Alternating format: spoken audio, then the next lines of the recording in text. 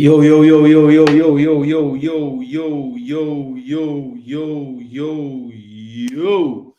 Welcome back to the studio, my people. It is Jason Gooner, and we're back here to discuss EPL Week 12. This is the review show. You don't know, each and every week when we can, we come out with the preview and the review show for all the EPL matches. So we are here again, week 12. We did miss a week. We had some things going on with the family, but we are back in full effect. We have the score predictions, results ready to go. So we have the scoring, we have the champion to give out tonight, and we also have the dreaded donkey of the week for the worst picks of the week. So we're going to get all of that going tonight in the show. And of course, we're going to break down each and every game the proper way, talk about all the big calls, big decisions, talk about the goals, talk about which coach needs to get fired because they're doing foolishness. And as is customary, when we start the show out, we like to get the chance to big up the people in the comment section and also ask a very pertinent question. If your side got 3 points this weekend, let me see you put a big 3 in the comment section. So I'll start us off. A big dirty 3 in the comment section from Jason Gooner TV because Arsenal picked up the 3 points this week, people. Yeah, man. Make sure to drop your threes in the comment section if your side did pick up 3 points. If your side picked up 3 points, make sure that you drop it in the comment section. I also have a poll running where they're watching it in the landscape mode or the portrait mode. And that poll is just asking, what was your match of the week? So I have 4 options: Chelsea, Burnley, Liverpool, Forest, Newcastle City, and Arsenal Spurs. The Everton fans might be wondering why I didn't put the Everton Man U game. Honestly, I picked the 4 that I had knowledge of the most and thought they were the better games. I thought Brighton Brentford was also really good. But I went for the name teams. Man U the only, I guess you'd say, name team that didn't make the poll this week. But I'm sure they'll be happy for that because their team did not get the desired result this week against Everton. That game happened today, which we're going to discuss in detail as we get into the show. But people, make sure we are on YouTube. The best way to support Jason Gooner TV while he's doing these shows is to smash that like button, locate the thumbs up button, whatever device you're watching on, click on it. Yeah, man, don't click it twice because you're going to take your like away. And you can also share the content as well. There's a little curved arrow looking thing that shares the content. So if you have any groups that discuss football regularly, definitely you can tune them into this channel as well so they can be a part of the conversation. And of course, if you're brand new to the channel, please remember to find the subscribe button, click it as we try to get the channel to keep on growing. All right, people. So yeah, man, we are here to discuss each and every match of the EPL, and we are not going to waste time either. So let's get right into it. Of course, stick around later for the reveal of the champion of the week. And respect and thanks again to all those who sent their picks in. Book was full again this week, so thanks so much for making it giving me more work, which we don't mind because that means that the people are getting into it and staying in tune with it, and we love that. All right, so remember, people, if you just got into the channel or into the show, please put your threes in the comment section if your team did get 3 points tonight. That is a must. So I have my 3 in there. Let's see how many others join me with their 3s in the comment section. So yeah, let's get right down to it, people. Let's get right down to it. So we have bless up Joseph in the building. Big up yourself, my bro. Joseph drops his 3 in the comments as well. Big up yourself, Joseph. Your side got 3 points, so put the 3s in the building. Yeah, man, big up yourself, Joseph, and thanks again for the support via the membership as well. Greatly appreciate that. All right, so let's get right to it, people. I like to work with SofaScore. I think they have the most in-depth statistics that I like to look through. So we're going to go straight there to get our statistical data up and gunning. All right, so me see how this is gonna look now. All right, so okay, so that's what it looked like. Okay, cool. That can work. All right, so if you're watching on the mobile, trying to set it a way that would make it look a little bit bigger for you. I think either way would be fine. No, that's not as good. So let's go back to how we had it like this. All right, cool. Yeah, so this is what we're going to work with it. So 2-0 to Chelsea. They got the result at Turf Moor. This was the kickoff match of the weekend. Chelsea knew that winning this game would put them within 3 points of the league leaders. So they had a lot to play for in this game. They have a big week as well this week. I think they face Barcelona in the Champions League as well. So, and then they face Arsenal next week. So they knew a win here with Arsenal dropping points, and then a win next week, they could potentially be in a tie for first spot in the Premier League come next weekend. So they knew they had to get the job done, and they were able to do it 2-0.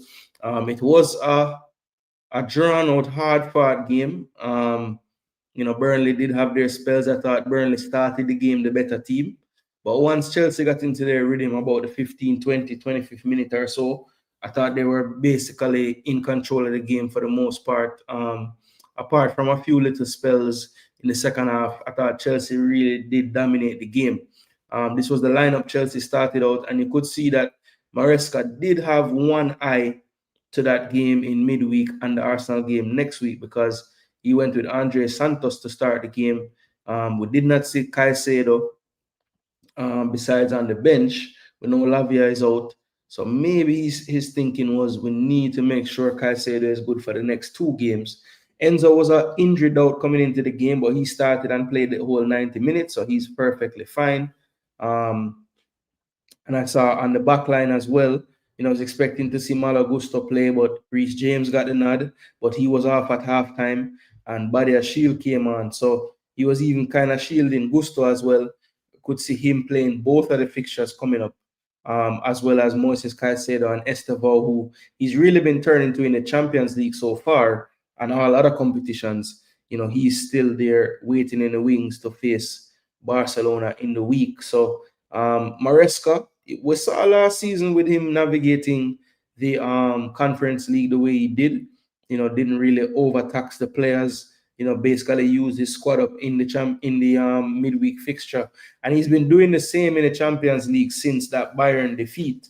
But I do think that he probably realizes Barcelona is not the game to be doing this changing too much of your first team players. So I think he definitely started this team and took a chance at Burnley with some of the, Andre Santos, his Jamie Gittins, the lap I wouldn't say starting against Barcelona in midweek either. So, he definitely could have played some different players, but, besides, I would say Cucurella, Chalobah, João Pedro Neto, Enzo, those 5, plus Reece, who came off at halftime, I think those would be ones that you'd be looking to start against Barcelona as well. As for the others, Tosin, I could see dropping to the bench for the Barca game, even though he probably had his best game of the season this game. We'll see if that earns him another start. But I do think that Maresca, for a newer manager to a bigger club, has shown that he understands that rotation that needs to happen, because he did a good job doing it last year. And I was wondering if it was in the Champions League, would he still have that, would he still have that mindset to make all those changes? And he has really been doing that in the Champions League, to be honest. So I have to give him his credit for kind of just picking up on that early. You have to rotate the players for them to get through. So yeah, he only made 3 subs, and again, I could almost tell Barcelona right now, Estevao and Garnacho probably will start on the flanks in the next game. Pedro Neto, we know that's like his favorite player, so he might still start him, and it will just be one of Garnacho or Estevao starting. But yeah, I wouldn't be surprised or shocked if Estevao Garnacho is what he goes with this week, and then on the weekend next week he goes back to the Neto and Gittins. But let's see. I'm just speculating. We'll learn more this week when we see who they play in the Champions League. But you don't know in the preview show next week, when we're talking about the Chelsea Arsenal game, I'll be looking at who played the last two fixtures for both teams to try to get an idea of who might start against in that big fixture, another London derby next week. Burnley, they pretty much had the starting lineup that we thought they would start. All the players we thought we said Foster might come back in for Fleming, but he didn't. And yeah, they pretty much had their starting lineup that they've been using. And yeah, they had a good start to the game, but I do think once Chelsea got the control, really there wasn't much that Burnley was able to do on the day. Can't remember Sanchez having to make any huge saves. He did have a one big chance in the game. And I'm pretty sure, I can't remember who that fell to. So I guess they're counting, I don't know what they're counting as a big chance. Maybe it was this Fleming chance. Yeah, that was, that wasn't the easiest chance in the world. So yeah, I'm not really sure what they're counting as the big chance, to be honest. But Chelsea did have two big chances, and that was the difference. They put both of them in the net. So great cross from Gittins for the netto goal, and then good work by Guiu to get down to the byline and cut it back for Enzo Fernandez to finish to make it 2-0. So good result for Chelsea, and to be fair to them, their form of late has been really good. When you look at Chelsea's recent games in the Prem, especially, that's what, three wins on the bounce. They lost to Sunderland at home. That was a tough loss for them, but they have a Forest win other than that as well. So Chelsea really doing their thing in the league right now. And like I said, when this game was over, they were right there behind Arsenal, 3 points behind. And we'll see if Arsenal was able to get the job done. We know they were, because we put the threes already. So you know what's happening, people. You know what I'm going to say. But yeah, Chelsea, they got the job done. Like I said, good control of the game. Again, another clean sheet for Chelsea. The much maligned defense that they have had. A lot of their fans and rival fans and pundits and alike are saying that maybe they didn't do enough in the transfer window with their defense, especially central defenders. But look, the structure of the defense is working, and if they can minimize the mistakes, errors leading to shots, errors leading to goals, I think that they actually do have a good defensive structure by the way they play. Now, like I said, the individuals might not be the best, but they are in a good structure, so that's helpful. And once Sanchez doesn't lose his head, give up a goal, Chalobah, Tosin, all these guys just don't make individual errors. Chelsea's defense, because of the structure of the team, is not bad at all, and it is showing in the rise in clean sheets and not giving up multiple goals in matches very often anymore. So yeah, 2-0 to Chelsea, big win, and they have a big week ahead now. Barcelona and Arsenal await them, so we'll see how they fare for this week. But Chelsea, kudos to them, man. They're playing some decent football. And like I said, if that defense can hold up, they do have a really, really formidable attack and midfield. So, I think everybody wants to kind of write off certain teams. At one point it was just going to be a 2-horse race. Then City started to do their thing. They said it was 3. But the way how this league is and all the parity, man, I'm telling you, like, there's going to be teams that stay in and around it, as long as not one team just runs away, and between the Chelseas, Man City, Liverpool, I know it doesn't look like it right now, but we've seen them reel off 5 wins in a row. Heck, Aston Villa was down in the relegation zone. Now they've won some games. They're up into, UEFA Champions League spot. So the parity in the league is very apparent. And like I said, if nobody don't run away with it, it's going to be a bunch of teams all throughout the season, just based on how the results have been going, Bless up Game Birds. So I go on, my brother. 3 points. Game Birds get him 3 points. So big up DJ Gigs. Bless up yourself in the building. Don't know manners and respect, my G.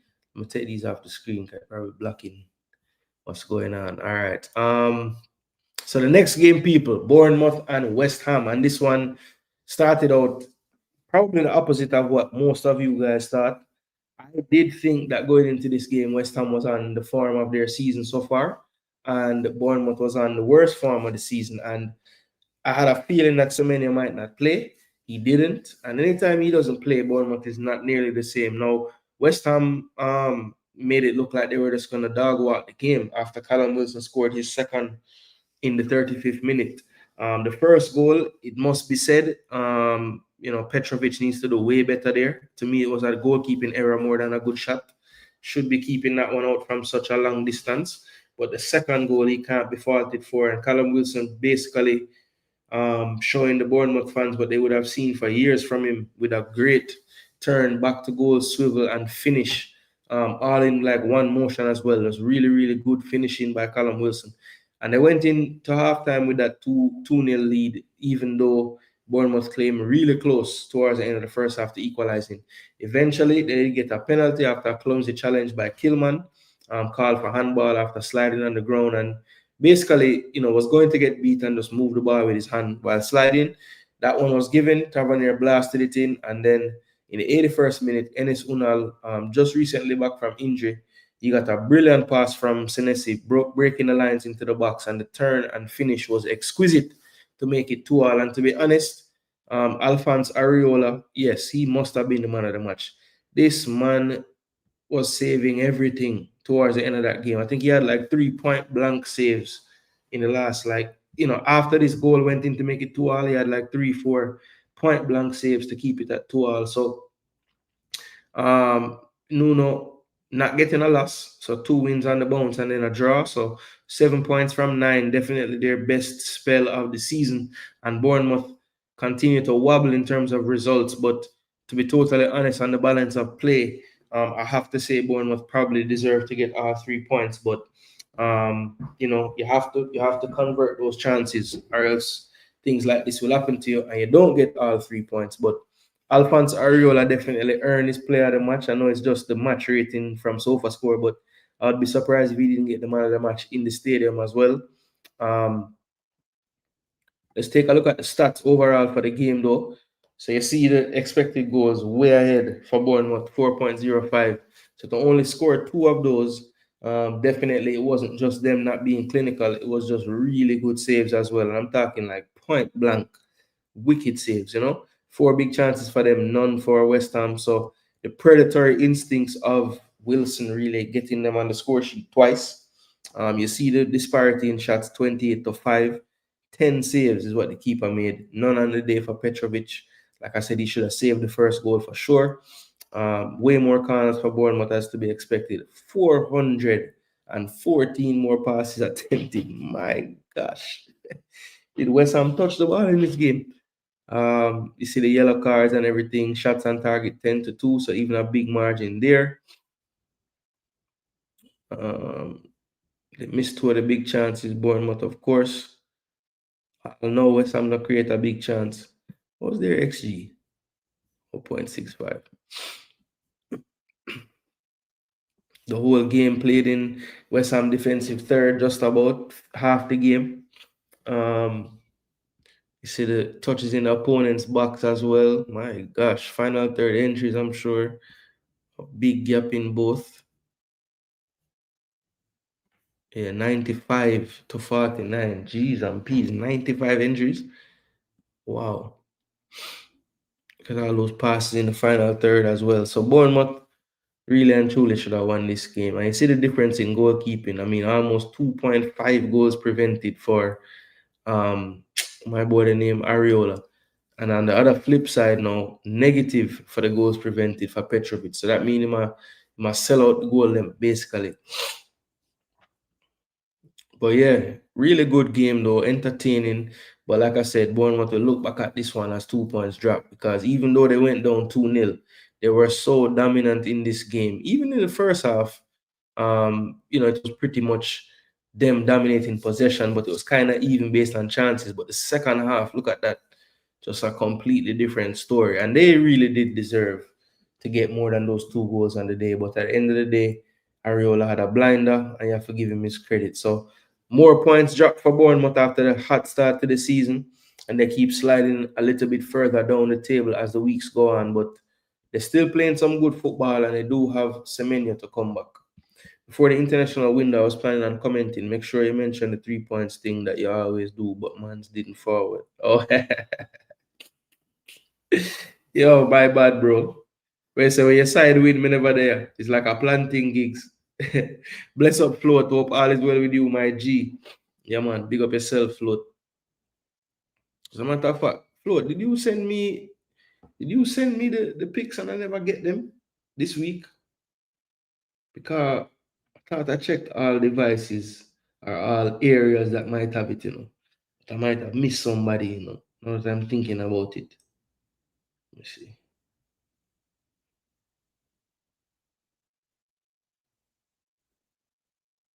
No, we're good. We're good. I thought you may have sent it in this, but it's not that. So we're good. Blessings Apache in the building. One Arsenal. Gun them gunners. That is it, Apache. Man, them can't chat to it a week, yeah, but North London Derby. Where Spurs are go, man? Expressions look like you want a ball. All right, Brighton and Brentford. Now, this was one of the better games of the week for sure. Didn't make my poll this week. I make sure you're seeing the poll and participating. And I really want to get your thoughts on what you think was the match of the week. But Brighton Brentford, for a game that wasn't on match of the week, it did have that type of action in it, right? So there's a lot of incidents. 2 penalties given for Brentford. Brighton, playing some really good football as usual, but also looking vulnerable on the break to Brentford, who make a lot of teams look like that on the break as well. And the storyline in this one was just a save from Verbruggen late in the game that could have equalized the game at 2-2, and Igor Thiago, who had been pretty much faultless for the last 5-6 weeks or whatever, finally had something that go his way when it was saved. And it's always difficult when you're a penalty taker to score twice from the penalty spot. And it's always that wonder, will the player go back to the same spot? And he went back to the well, but this time it was dry as Verbruggen read him and just said, listen, I think you're going to do the same thing. And he was totally right. He got that one spot on, and they secured the 3 points at the Amex. Looking at the stats for the game, you see the expected goals in favor of Brentford. They did play well. They had more big chances as well, but more shots went to Brighton in the game.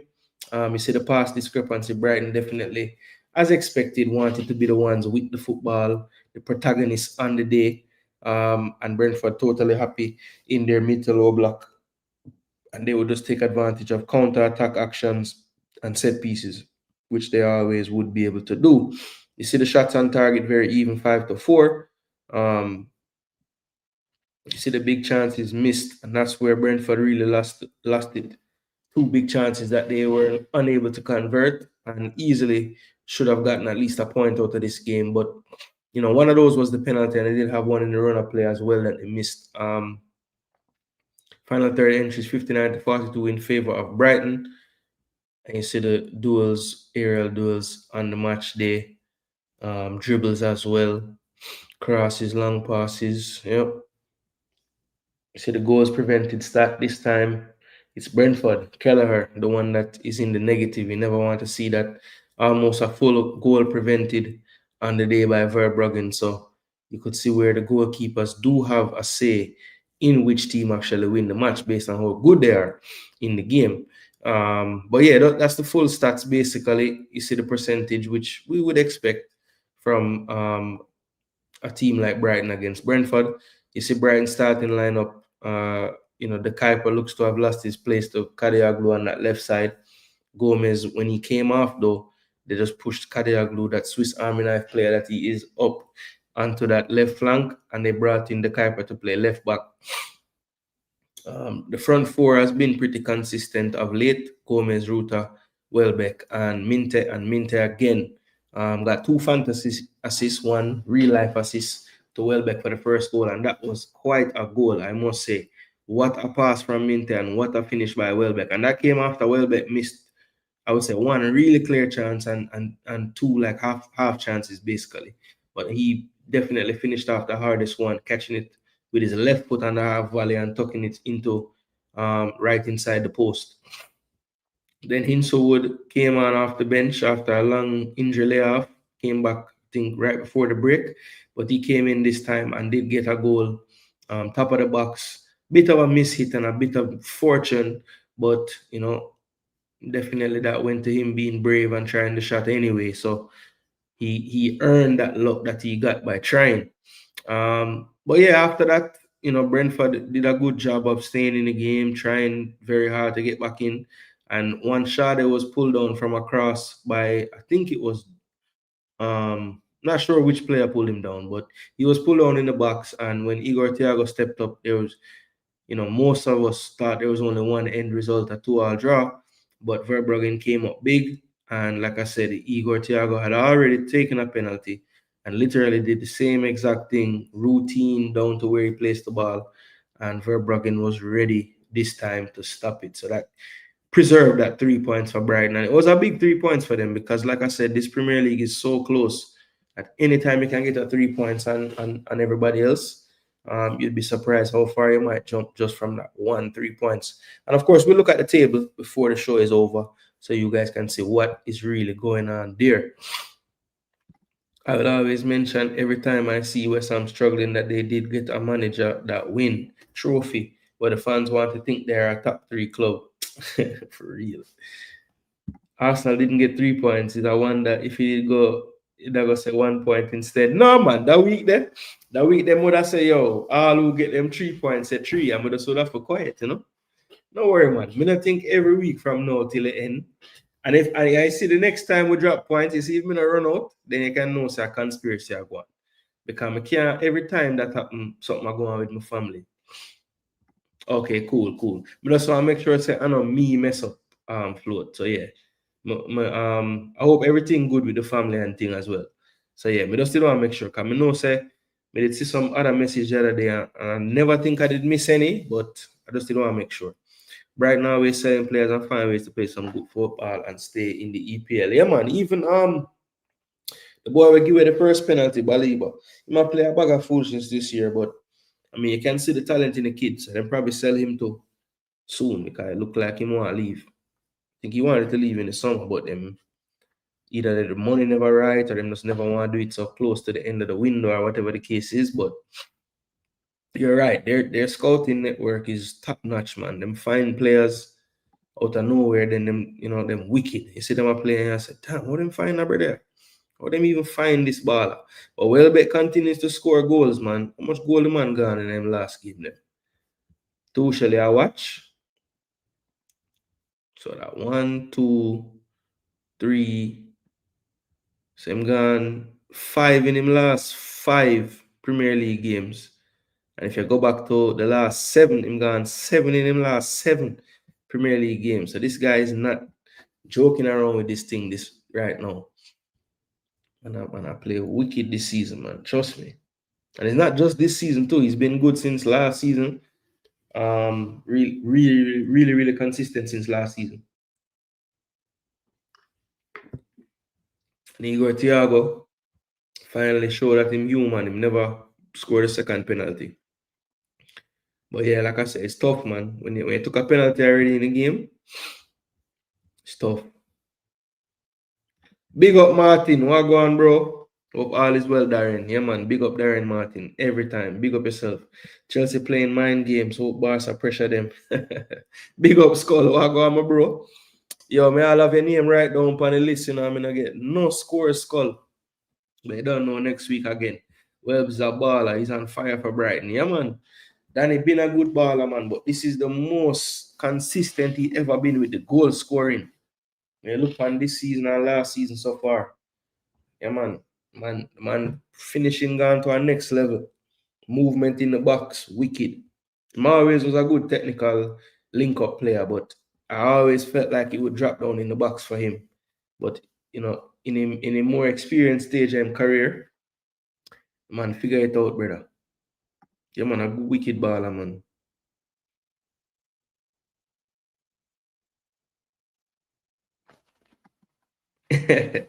Game Bird say if he easy Skull. Hey, you can know when Skull there, you know, them time there the banter truly start, man. All right, so the next game, people, before we get to the Liverpool Anfield game, Raul Jimenez, CONCACAF finest, getting a goal in the 84th minute, and that was enough to get a 1-0 result for Fulham in this game. Chukwueze played a delicious pass into Jimenez, and he was able to finish it. I don't know how Chukwueze don't start yet. Every time this man come on for Fulham, the man do something great. Sometimes him don't get the assist, him don't get the goal, whatever, but he looks so dangerous. I've been thinking for weeks now, like, why the man don't just start Chukwueze and done? Well, I think after this one, he probably get a start because it was so obvious how good the man was. I think he got the highest rating on the day, and it was for good reason. When I watched the full extended highlights of this, brother, I'm like, all Fulham clips is after a certain time of the game when this man come on. So he did his thing in this game. I thought the defense was good as well. You know, they did a good job of, you know, limiting Sunderland to the for the most part, to scraps. You know, when you look at the stats for the game and you see the expected goals at 0.17, you know, that's like when you play Arsenal type of territory right there.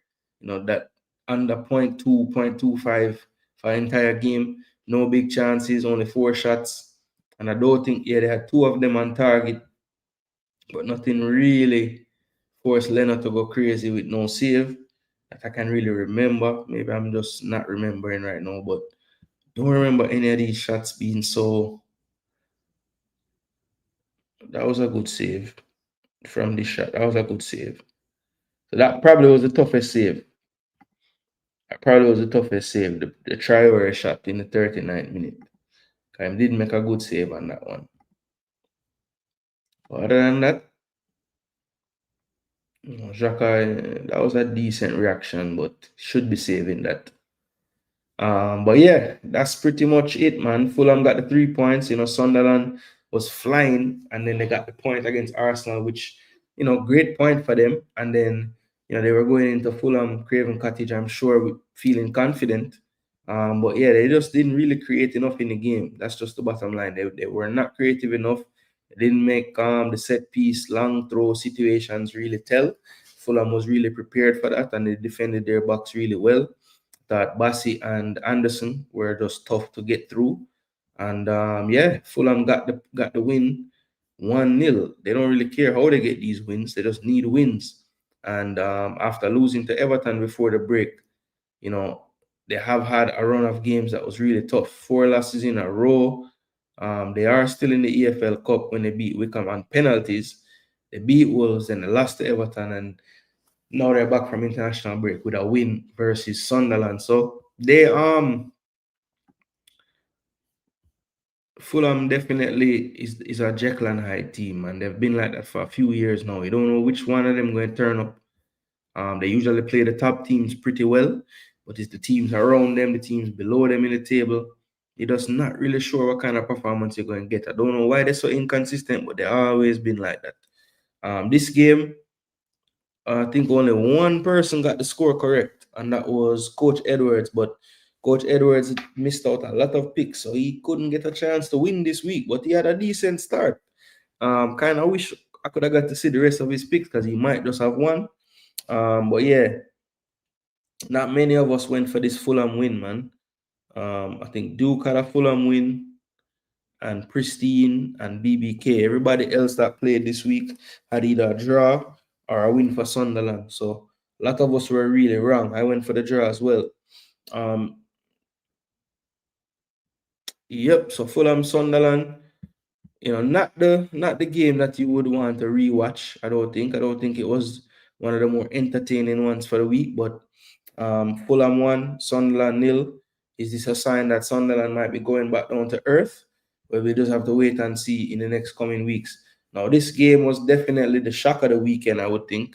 Forest heading to Liverpool, new manager Sean Dyche, putting his stamp on this team now, and it showed in this Liverpool victory.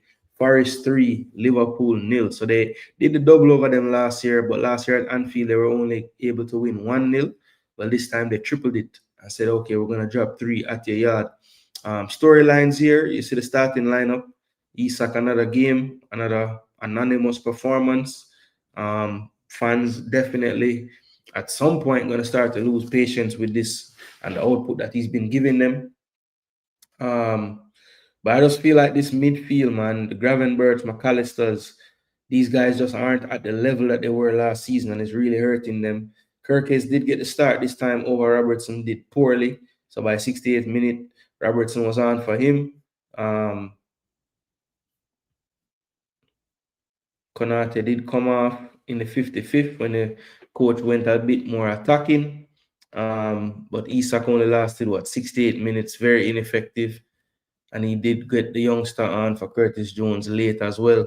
But it's all about Nottingham Forest. They only made 3 subs, one of which Omari Hutchinson was very influential in that third goal that was scored by Gibbs White.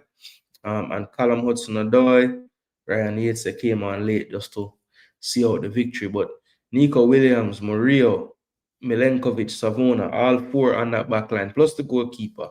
Very good, because Liverpool did have some chances in the first half, especially. And it was just point blank blocks or wicked saves by Sells stopping them. 1 or 2 were miskicked or kicked wide and everything, but most of them was just, really solid defending and very solid goalkeeping.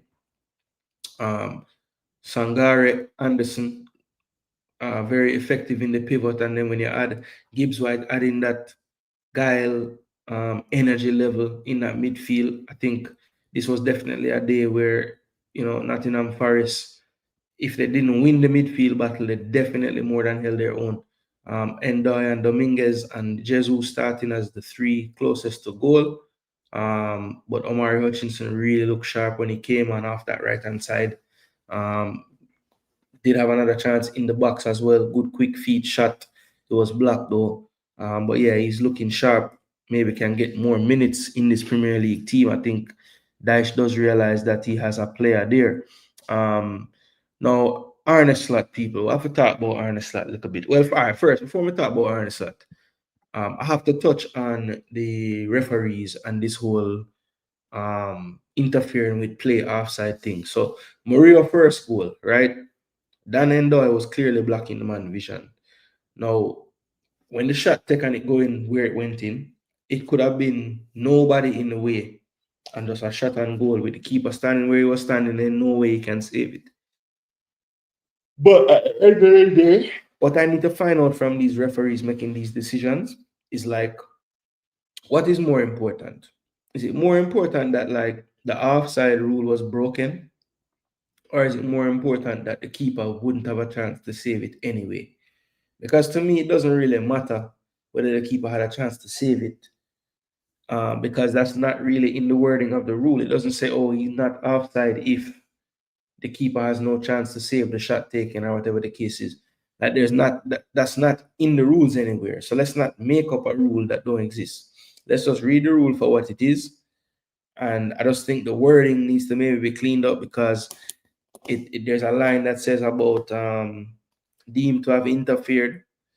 And there's another line that says makes any movement towards the ball. Now, I think it should be makes any movement,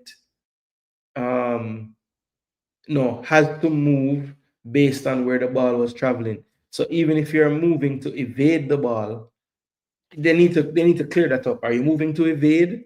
Are you just moving to get your body to it or whatever to finish it? Because that needs to be cleared up. But yeah, like most rules, they have to leave something for interpretation, like these handball rules and stuff, because without definitively saying, like, you can't be so definitive to the point that there's no gray area, because we know that things happen in football in that gray area sometimes. There's not really a black or white answer to what happened. So I guess they have to word it that way for those reasons. But boy, it's the Man City, the Liverpool disallowed goal where Van Dijk hit it and Robertson duck. Then you have there were a few of them this week. There was Eze's first goal of the game that he scored. I think that should have been offside when you really look back at it. And I'm basing it off of what has been called offside so far, right? That was one of them. We're talking about the Liverpool one now.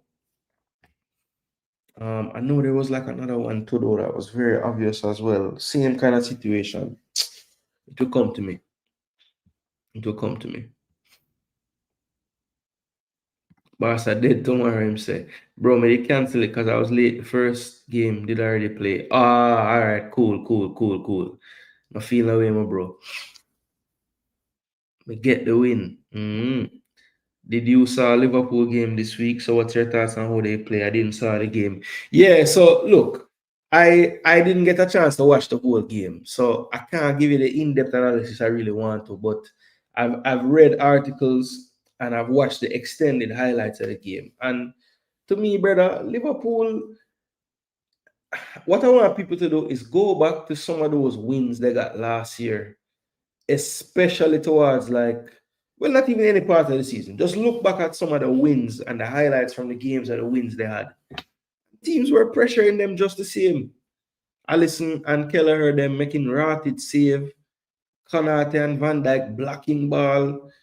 I mean, they were in a lot of games where the other team could have got something out of the game. They weren't really dominating to get these points. And they just were able to do that over and over and over again until everybody else that was around them just didn't have the same consistency. But, and I still give them the credit. They did a great season last season. But I don't know, man. It felt different to me than when City would run away with the league, just because like they didn't have this like thing of invincibility. Like they knew how to get the job done. They kept getting it done.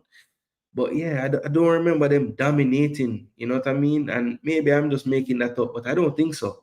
Like I feel like there was a lot of games you could point to where, damn, Liverpool were lucky today to get these 3 points. I just think they're not having as much luck. Even some of the chances they didn't convert in this last game, I just salt them salt.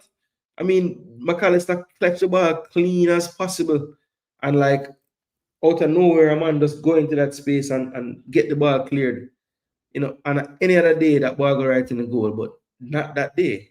And they've been having those days more frequently. And maybe it's just, that luck catching up with them. Because I think they had a lot of luck in a lot of games last year. I think Murillo coming back to him normal self now. I think he was struggling with injuries when the season started. Wasn't him never looked the same. But him and Milenkovic lately have really, really, really and truly since Daesh got there, they've looked better. And that's normal. That's a typical thing for Daesh teams. Usually their centre backs going to look good because this man knows to coach the defensive part of the game really well. So yeah, Murillo though, I could see him, getting a move somewhere because he's a quality player. And that finish that he had was like a striker. I mean, the way him control it and finish it so fast, definitely I can see the technique is there. But Isak, elephant in the room, Alexander Isak. Yeah, it's just not working out for the guy. It's just not working out for the guy, and it's becoming literally what it's like for him to play in this jersey now. Like you see a 6.0, expected goals not too bad, 0.19. So maybe could have find one shot though. One shot in his 68 minutes. None on target, none blocked. He only had 14 touches in his 68 minutes. Lose the ball half the time. 0 for 1 on dribbles. 5 of 7 passes, 4 of 7 in the opposition half. Tried a cross, was unsuccessful. 1 clearance. 0 for 4 ground duels. 0 for 3 aerials. And he committed a foul and was not fouled not once. So Alexander Isak is literally a shell of himself at the moment. And Ekitike is there waiting, scored for France on international duty. And Isak still gets the nod over him in the first game. So who knows what this coach is up to, man. I think Ekitike at this point has to be the one you start. He's clearly sharper. Didn't have the best display this past game, but over the course of the season, he's been a lot better. And Isak is still, to me, not close to what they would have paid for him. He just has not shown up yet. I don't want to say that he's never gonna show up because he might turn it around. You never know.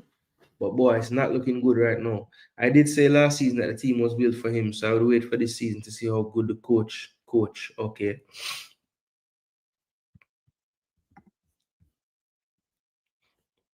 Yeah, man. But Sean Dyche, man, forward out the athletic kit or the track suit. So our problems now for Liverpool, brother.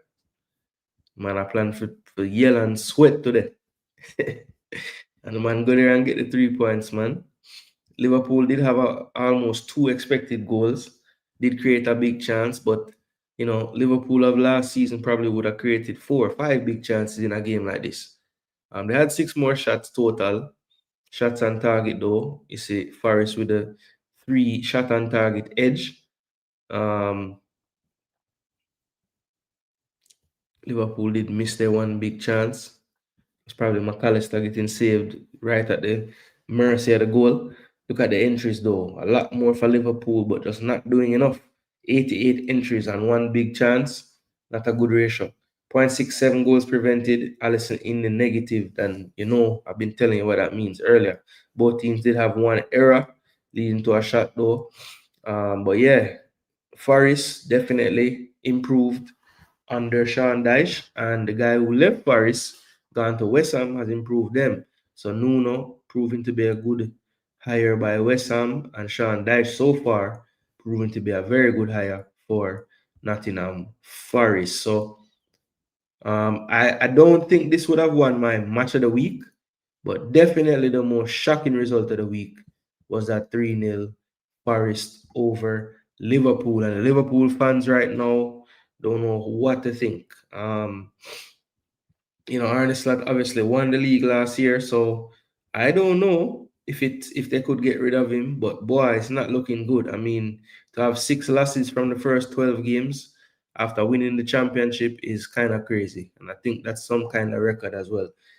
Wolves and Crystal Palace was another game that played in this 10 o'clock time slot. It was full up with games during this time. But to be fair to Alex, Liverpool will be struggling at times, even though some players play good.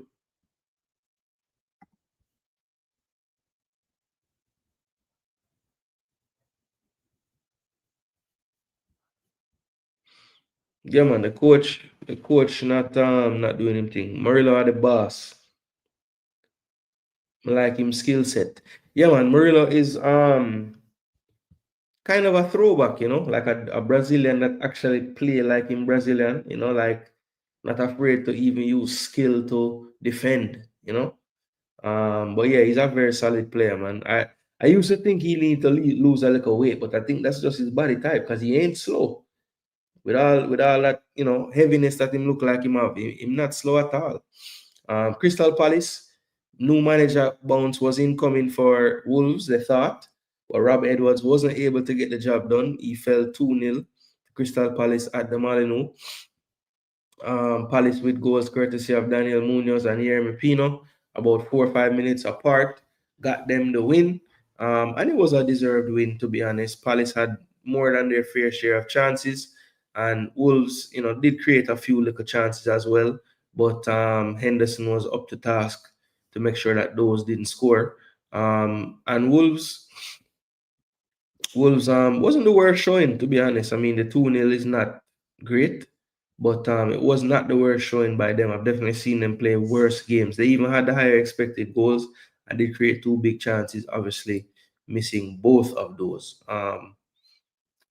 But yeah, let's take a look at the lineup, or the first one that Rob Edwards came out with. So he went with a 5-3-2 or 3-5-2, depending on how you look at it. With Larson and Tolu up front. Tolu came off, but Larson was having a mirror and stayed on. Sometimes that happens. Andre Gomez and Munetsi as the midfielders. I think Arias came on in this game. Yep, he did. Mateta came off after 60 minutes. Probably just looking to keep him sharp and rested. He did play for France and played the second game of that window as well. So maybe, he was approaching the red line and they didn't want to overdo it. So he got the first 60 and came off. And Ketia did come close as well when he was on the pitch.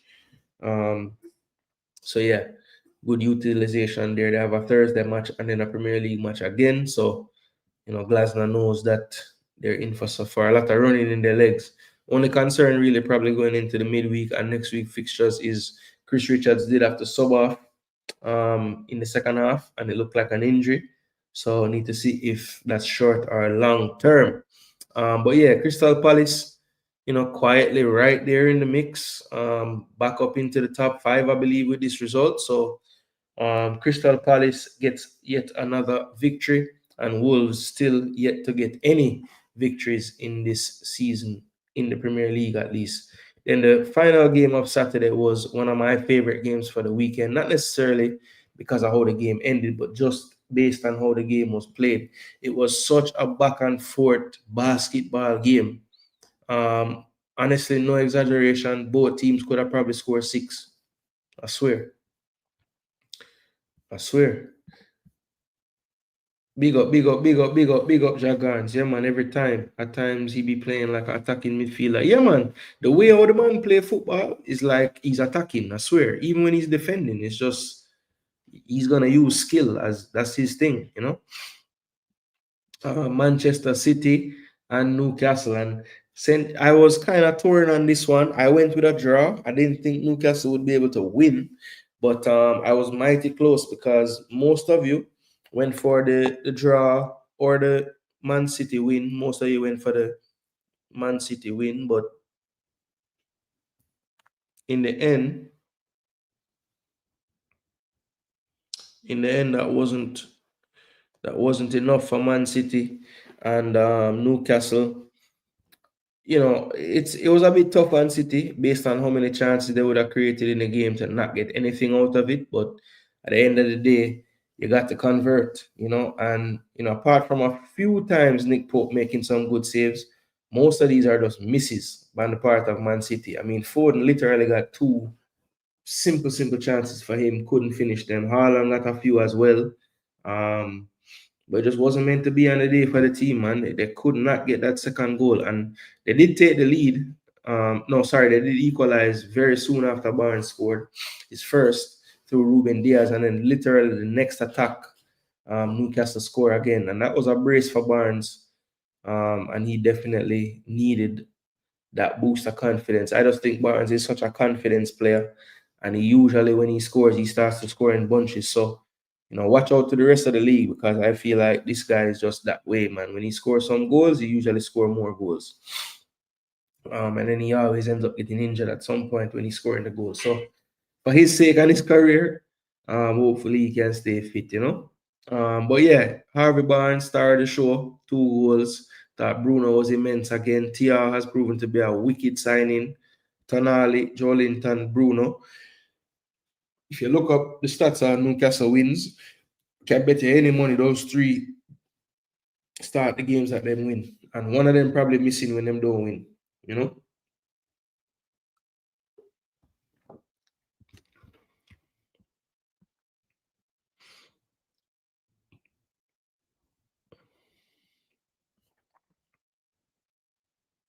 Lewis Hall just back from injury and him out again injured. Sure.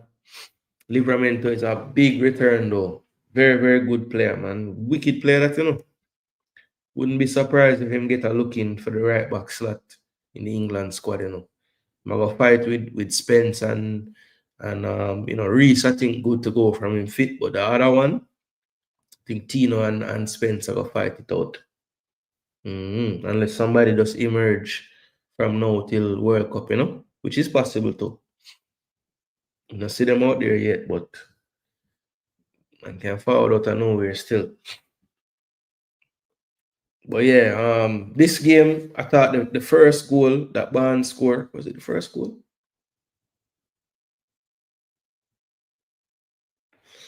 No, it's not the first goal. Yes, I remember. Oh, the first goal. Okay, so the first goal was the one where it was a long check for offside. Super long check for offside. They were checking if Bruno Guimaraes who hit the ball onto the bar and then it come back out to Harvey Barnes and then finish it. They were trying to see if he was onside. He was deemed onside in the end, and it was so close.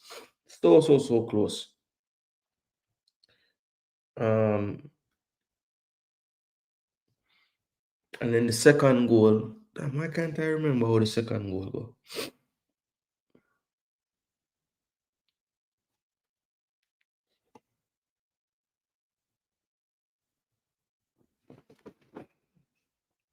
Oh, me can't remember the second goal. It's amazing. See, me can't find. See, me can't find it real fast. I mean, literally can't remember how the goal going on. Remember Diaz's goal from a corner, kind of a scramble shot, ricochet back to him and finish it off through sharp leg. I remember the first one.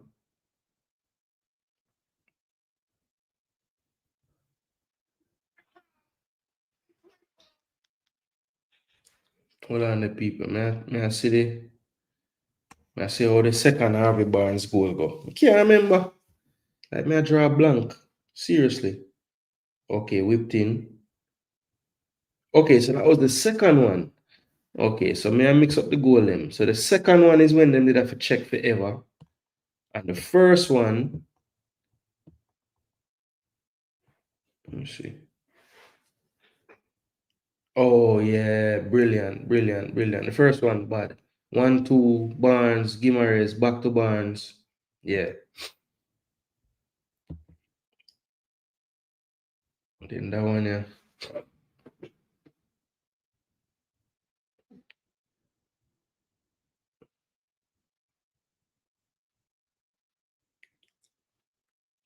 Donnarumma stuck in the goal. Yeah, so Man City, I was thinking, boy, here comes the charge. Man City gonna make this push and push us all the way, start win a bag of game over and over again and put the pressure on us, but they haven't really been able to sustain it. They did have that good run of form. You know, in the Premier League, they beat Liverpool, beat Bournemouth. They did have the loss to Aston Villa at Villa Park, and they did have the loss at St. James Park, two of the tougher grounds to play at. But other than that, they've been winning games. And it just goes to show, I think this Pep Guardiola team is it's almost like he's trying to find a whole new thing to do. As you see the team shape, they really get this right because Shirky and Doku do not really play wide. It could be Nunes high and wide, it could be Foden high and wide, it could be Shirky high and wide, it could be Silva, it could be O'Reilly, it could be Doku high and wide. So they have a lot of fluidity, a lot of interchange in parts where I think what ends up happening is all that interchange and fluidity, it hurts them in the defensive transition. And they're putting a lot of pressure on Diaz, Gonzalez, and Vardiel to really hold it down in front of Donnarumma. And that just lends itself to them giving up opportunities, crosses that they have to clear, then they get corners to play against. And I just think he's gone so far to that fluidity and movement and interchanging that I think it's really throwing off some of their defensive abilities. And it was clear as day to see in this Newcastle game. They just could not stop anytime Newcastle got the ball in their own half from after any extended spell of possession. All they had to do was make one pass. That person, if they were allowed to turn, they literally could play towards any channel in the other third, in the other team's defensive third, and they would have had joy.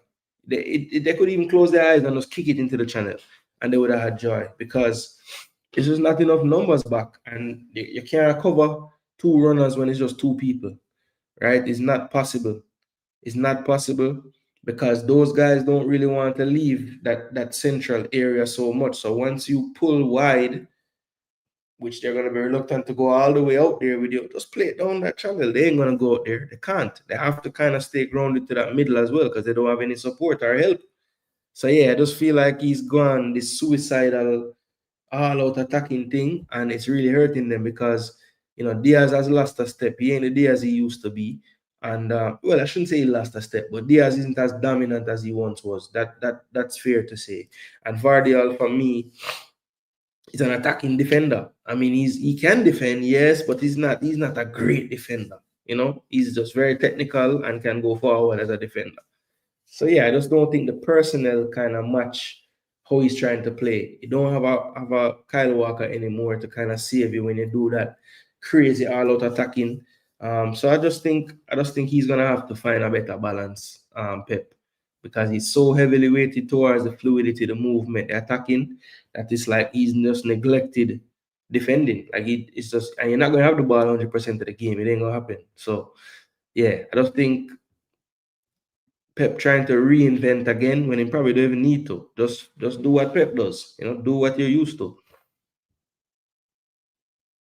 Yeah, man, of course we're glad. And anybody who could have been near me glad them lose. Of course. Of course. Like, would I tell him, I say, no, big up yourself, Conrad. I know Conrad happy this week because Madrid dropped points. On Arsenal, what's your thoughts on your team highline?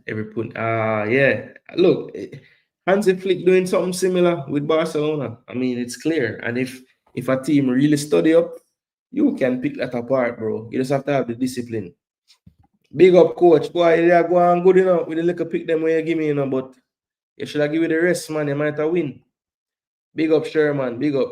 Yeah, man. Gunners for life. Yeah, man. Tap up his screen, man. Let them know. You better mind the Potter soup get kick off like we're going with Jamaica. I didn't watch any games last week. I even missed Barca game, most of it. DJ, busy holidays coming up, and they change manager. They mess with my schedule. Jaja, Osh Conrad, even miss Cleveland game. Boy, rough. Big up Azinho. Big up Azinho. Yeah, man. Big win. Big win. Big win. Wasn't speaking on just this season overall because they played like that last season. Yeah, that's true. I mean, it worked. It worked, but it just, you have to be willing to score five goals, 4 goals, because the other team probably going to score 3.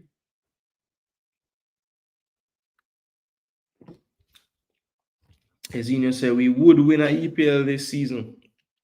I wonder if you mean we could. Canada dead with laugh. Yeah, man, but this game right here, man, was a mad game, man. Look, I'm biased, so if I was gonna vote in the poll tonight, I probably would go Arsenal Spurs just because North London derby and we crushed them and I loved it. But just entertainment factor wise, to me, this was the most entertaining game. So if I had a vote, this would have been my match of the week right here. So I thought this Newcastle Man City game was just really entertaining. Back and forth, a lot of chances. I mean, but look, 8 big chances between the two teams. It was madness, man. Look at that.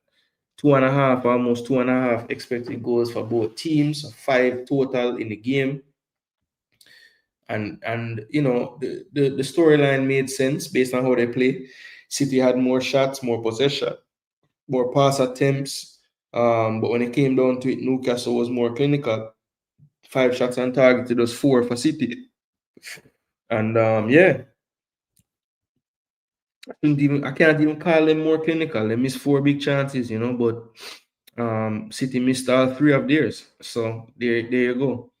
There you go. You see the entries, about double for City, a little less than double for City.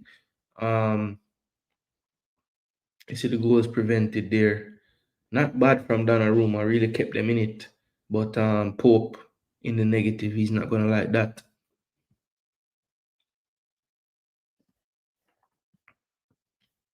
So what are they saying? Pope made an error for the goal?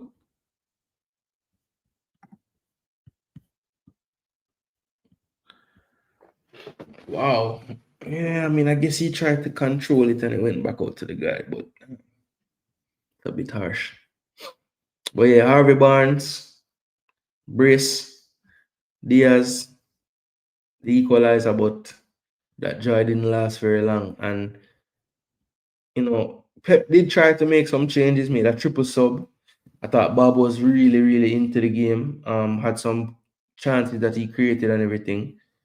Reinders was okay, but not quite as influential as Bob, but decent.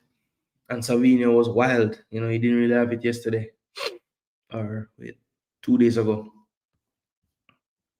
But yeah, this was a huge result for Newcastle, and they really needed it. They haven't been getting the results in the league, but Man City definitely to me, this didn't play well enough to win. And they would have been probably, if they had gotten a draw, I don't think anybody would cuss, but I don't think anybody's cussing Newcastle winning either, because they did create a lot of opportunities as well.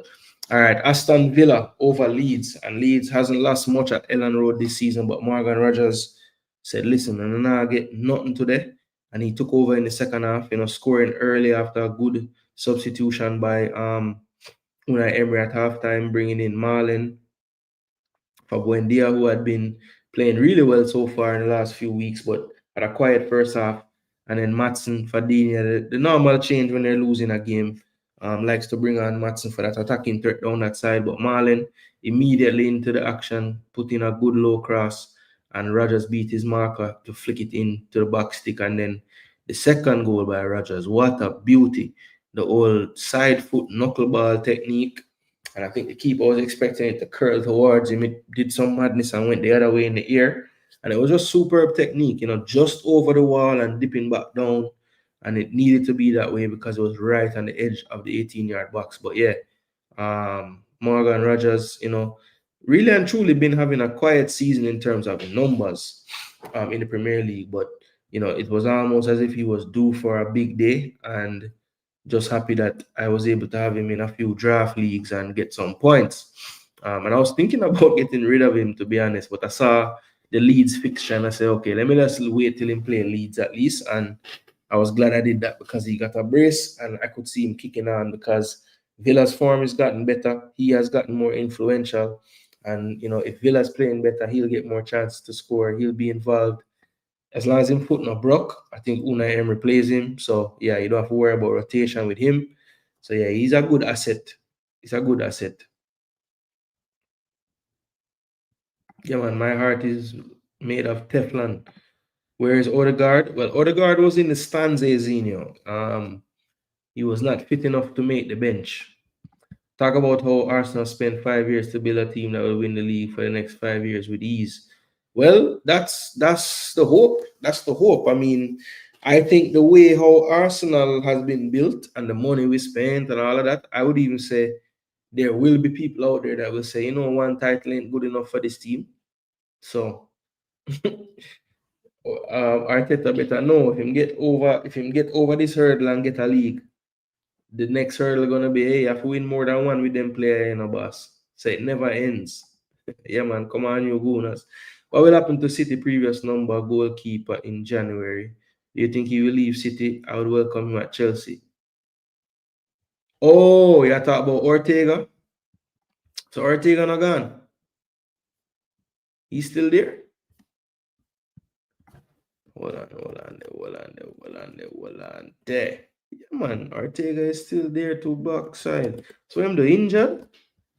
Him what, third string now? Do have no injury. The man no play since Club World Cup and him no met no bench since August. Wow. Well, brother, this man is the third string, man. But him probably alright. He might get paid. I'm not make bench. Trafford at the substitute keeper. Oh, them a beat Hansi. Them shouldn't beat him. Newcastle deserve that win. Yeah, agreed. All eyes on titles this season. Has to be. Always sympathy for Newcastle. I love their coach. I like their coach too, but one thing is, that I can't rate with how the man inconsistent, bro. Because they will have this result against City and then travel to, I don't know, Burnley next week and draw or even lose. And he always does that crap in the league, man. He's a good coach, though. Is this Pep's last season? I'm not sure, I mean, him just re-signed. So I don't think so. I don't think so. I just think the players not adjusting to the in-the-game situation because when no pressure on the ball, they do the same thing like pressure on the ball. So I can't blame the coach. Okay, yeah, that's true. Because obviously, if no pressure on the ball, you have to drop. But these guys get even more suicidal when there's no pressure on the ball. It's crazy. But yeah, Aston Villa, they got the job done. I think they had a much better second half. I think Leeds, we look back at this game and say, okay, when you're in the Premier League, guys, and you have such an upper hand in the game, You have to do something else with that upper hand. And they just could not find that second goal after Emi Martinez, I thought, gave them the first goal. I thought he was so weak in his attempt to get to the ball. I wanted a foul. But then after that, he played a blinder. He just put the Argentina jersey back on and started playing again. Um, and then it was the Morgan Rogers show in the second half, to be honest. I mean, he just basically had two really good finishes, and that was it. That was it. But Marlon did play his part off the bench as well. Bless me. All right, so moving right along. Moving right along, the next game and the second to last game of the week is Arsenal hosting Tottenham at the Emirates Stadium. And what a day it was for Eberechi Eze. This man got a hat-trick. I think it was the first hat-trick in this fixture by an Arsenal player for 50 years or something like that. Crazy. Leandro Trossard, even though he had one goal and I think an assist, and probably didn't get player of the match, he was definitely the assistant player of the match. This guy was on point in this game. And to be fair to Trossard, it's been about a good month of performances like these in the Premier League. He's popped up with the goals. He's been probably the most creative threat in terms of passes, playing some wicked passes to Calafiori and others into the channel, breaking lines, just not losing the ball, getting open and putting good crosses in, shooting on target. Yeah, man, he's been solid last month or so in the absence, and it's come right on time because there's been no Martinelli, no Odegaard, so Eze can't play out there. He's been playing central. So yeah, when Trossard needed to step up, he really did. And to be fair to him, he usually does that since he's been at Arsenal. Really good impact player, come off the bench, get a goal, and in the biggest games, he seems to be the one that scored the first goal. Like it's becoming like more than just a coincidence at this point. Like this guy really does turn up for the bigger game then. But yeah, great result. And not only was the result great, but the performance excellent. I mean, but apart from one bonehead play by Zubimendi, and that's why he got a 6.3. He lost the ball in the midfield, and then it was a brilliant goal by Richarlison from distance, and it was like a carbon copy of the goal we conceded in preseason to them, where Sarr picked up a loose pass. That time I think Richarlison fouled Skelly, but either way, right way off his line in the build-up, and they kicked over his head, and it was the same thing in this game right here. But Richarlison definitely had I thought, a higher degree of difficulty, even though he was closer because Raya was closer to his line. So yeah, he just executed it like perfectly. So you have to give him his credit. But by that time, they were already 3 down, and there was a little moment after that goal where it looked like, boy, Tottenham might even find a second, but once they didn't, and we kind of gained back momentum of the game, the last goal of the game was always going to be scored by us, and I was just so happy that Eze was the one that was able to get that hat trick, So the first goal by Trossard, extremely wicked pass by Mikel Merino, and I think this game right here, it was almost a blessing in disguise that Gyökeres wasn't playing, because the way that they had this defense set up with these 3 at the back, they literally didn't know what to do when Merino dropped into the half spaces. And Merino was so clever that he didn't always start his position so, deep in the, away from the back line. But what he would do was, once the play was developing and we developed an overload on one of the sides, it's almost like the trigger for him to come and go into that half pocket was the minute Paulina or Betancourt went wide to help. And then he would just drop into the space they vacated every time, whether it was him, Eze, even Rice, anybody that got involved from a deeper area, besides Merino, who would do it from a more attacking area and drop. It was clear that area right in front of those 3 center backs, the trigger was once we overload and one of those central midfielders who are both ball winners go to try to close down, that's when we overload that central space. Or not overload it, but we get runners into that space to kind of exploit it. And literally, the first, I'd say that the second and the third goal as a score in the game was a direct result of that tactic right there. get one or two of those central midfield guys stretched, and then literally go in that space in between them, like you are the player splitting them in that field. And Eze did it, 3 times and got 3 goals out of it.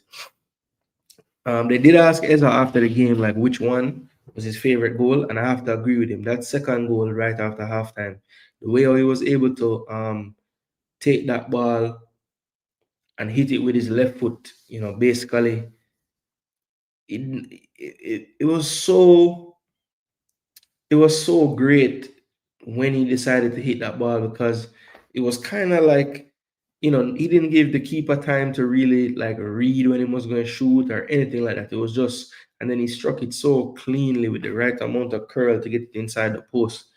It was just a brilliant strike with his weaker foot too, and to have that technique so mastered with your weak foot. He's really a technician, man. Really strike the ball clean. And then the third goal was brilliant too, because that control opening up his body just sat down the defender.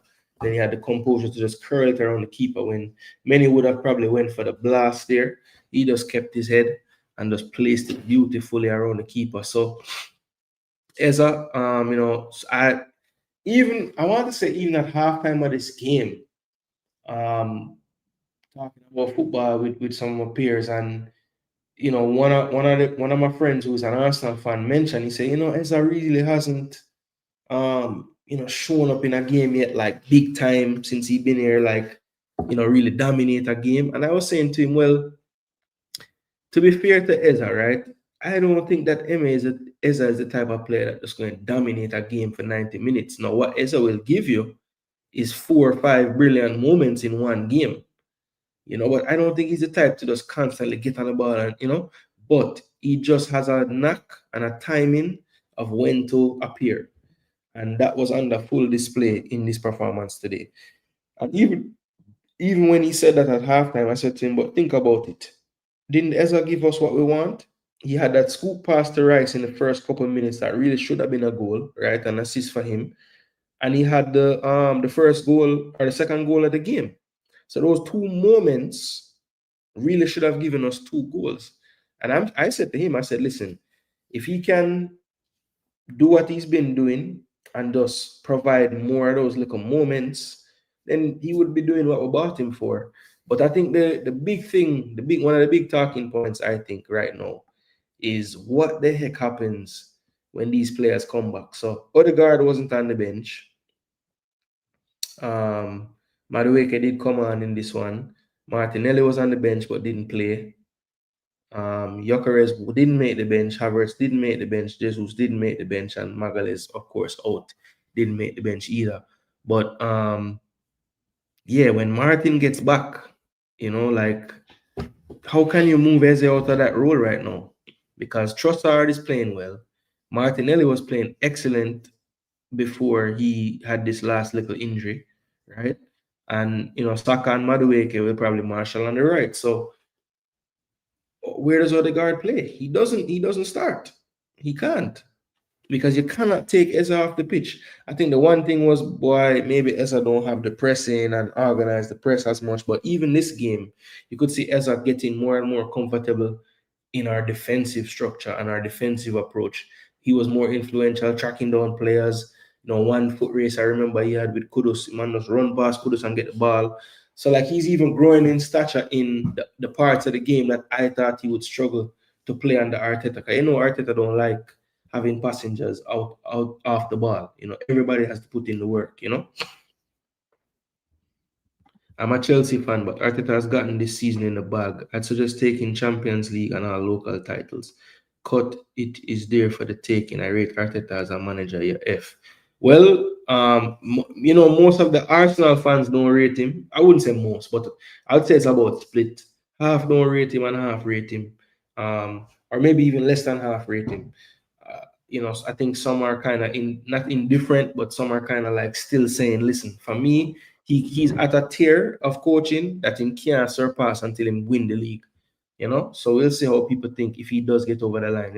Imagine being chased by a team and turn around signing for the competition and slaughter them with a hat trick. Yo, rough. Enjoy your time at the top. London will be blue soon. All right, be supporter. These words will be immortalized and we will revisit it. Richardson is the first player to make a goalkeeper think he could actually fly.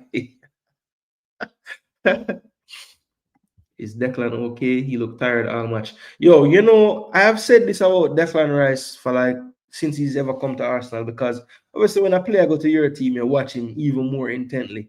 And to me, he always look like him boss. Look for every game the man play. First two running make, breathing heavy. But the thing with Declan, you can see that in the slow-mo or in the replay or whatever, and then when him get round the ball again or when him a chase a man again, it's like him never tired before. So I just think that's how the man look here, man, when him a play. Because him always, like when he first came, I was wondering if something was wrong with him because him always looked tired. But now that I've seen him play so many games, I'm realizing like that's just how the man look. Even for England the other day, I said to the coach, take him off. As soon as me said that, who me say run down ball, get it, set up a goal. I say, yo, this guy I just saw the man look when him a player, man. Aston Villa find a farm and are going with themselves, yeah. People say they couldn't work with no wingers and no this and no that. But Emery say, oh, when I stop on the noise, I'm the coach here. Michael Oliver needs to be banned from the league. Man tried hard to sell the Spurs game. Couldn't do nothing about it. Zoom if you protect him ball a little more in the midfield. Yeah. And to be honest, you know, he doesn't really lose the ball that much. Ever. I think no way, Apache. You got to be kidding me. You got to be kidding me. Zubimendi not fi hold no bench. No, sir. No, sir. The man play good other than that one play in the game, you know? Yeah, man. I disagree totally with this, Apache. No way. Esa is 1-to-1 with Odegaard. Just rotate them. Odegaard doesn't stay fit. Yeah, well, he had a few seasons where he stayed fit the whole time. So it's not like he can't, but he's just been terribly unlucky this year. Until he win some cups, him not gonna get the ratings. Yeah, I agree, Apache. That's how him play, but him fit. Yeah, man. I saw the man look always. Rice look like him tired, brother. I don't know where him get that style from. Oh, I'm more big up as well to the Arsenal team. I can't even big up the defense this time. You know why? Them never have to do nothing. Literally, the front four and the two midfielder them control the game. Timber was in, I don't know how did Timber get a 6.5 in this game? What did he do wrong? He must miss a bit. Oh, he missed the easiest header in the world from a corner. Yeah, that was bad. That was bad. But that must be what pulled down him rating because the man was great. Other than that, he had an assist, didn't he? Yeah, had an assist. He really should have scored that header though. I mean, the ball hit him like in the face and it brushed off him shoulder and couldn't get it right. But it was a free header on the edge of the 6-yard box at the back post from a Declan corner, of course. He really should have scored that. But he was good again, man. So good in possession, out of possession. So good linking up and combining with Saka on that right-hand side. Just a solid player, man. Saliba, Nkapie looked good at centre back as well. Again, wasn't really tested that much, but just so athletic back there. You know, it's good to see like two defenders in the back line that really can close you down if they have to chase you. Because Nkapie have some good closing speed. And Calafiori, him and Timber have probably been the most solid players around the back overall. You know, if Big Gabby was around, we'll have to include him too. But yeah, man, the right and left back, they're getting some really good play out of them. And it's tough because Skelly had such a great season last season. And I don't think you could find an Arsenal fan that's saying, yo, put Skelly back in for Calafiori, you know? It's just, if they're saying that, they're not watching the games. Imagine Arteta wins everything except the EPL. Yo, that would have burned me. Declan versus Caicedo Sunday. Let's see what happens. Well, Caicedo did get the bonus of not playing this game, which helps. But let's see. And I doubt Declan Rice won't play in the Bayern game. So yeah, he'll have more in the tank going into the game than Caicedo.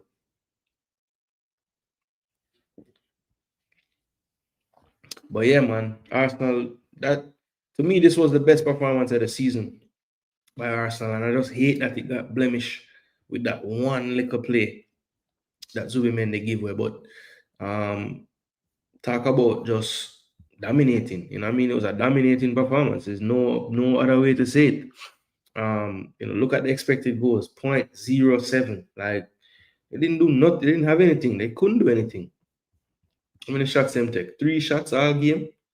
First shot coming in the 55th minute from the goal. 64, Xavi Simons was saved, and Xavi Simons took one more that went over or went close on the left. Literally 3 shots in the entire game. Arsenal shots from the 3rd minute, 4th minute, 9th minute, 18, 30, 33. I mean, there was no rest for them all game. Just put it on them wickedly. 3 big chances to none, 17-3 in the shots. Yeah, man, the stats just show the story perfectly. 8-2 shots on target. So it was just domination, man. And Thomas Frank apologized to his fan base for the performance and everything, but really and truly, he needs to look inward because, I mean, I get it. Arsenal right now is a better team than Tottenham, but I mean, the amount of respect they showed us, it was like borderline ridiculous, Like they just sat back off of us. They never really ever tried to press us in any way. They let us play, let us have space. Even when we got into the middle third, I thought it was too relaxed. They were just giving us time on the ball and everything. So I just think the approach was all wrong, and they needed to really show a bit more guts and go for it a bit more if they're going to do something in the game, and they just never had a willingness to do it, and Arsenal were just sharp. We just were sharp on the day. Like I said, this is the best performance that I can remember this season so far in the Premier League. I don't know if everybody agree with that, but I mean, there wasn't really anything I can look at and say, boy, we didn't do that well or we didn't do this well.